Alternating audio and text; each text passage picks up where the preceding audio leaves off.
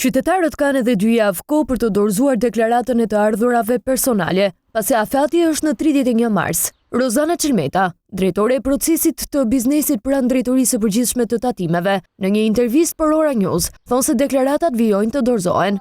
Tashmë jemi në periudhën e dorëzimit të deklaratave individuale vjetore të ardhurave për individët. Afati i ri, i ndryshuar sipas ligjit të ri të tatimit të ardhurat. Çelmeta theksoi se një ndryshim në deklarim është ulja e pragut të deklarimit nga 2 milion në 1,2 milion lekë të ardhura në vit.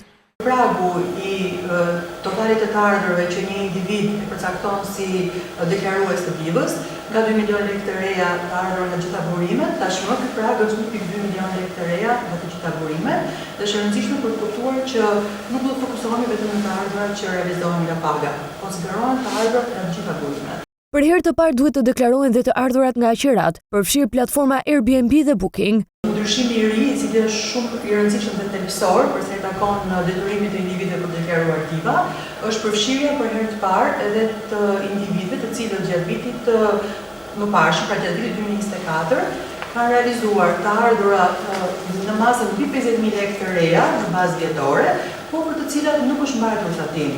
Dhe në këtë rast nuk është mbatur dhe nuk është paguar tatim. Dhe në këtë rast mund të përfshihen dhe mund përmendim të ardhurat që realizohen nga qeveria, midis 2 individëve, pra të cilët janë të paregjistruar, të ardhurat nga qeraja vitore apo nga platformat elektronike siç janë Airbnb apo Booking, apo të ardhurat nga shitja e aksioneve.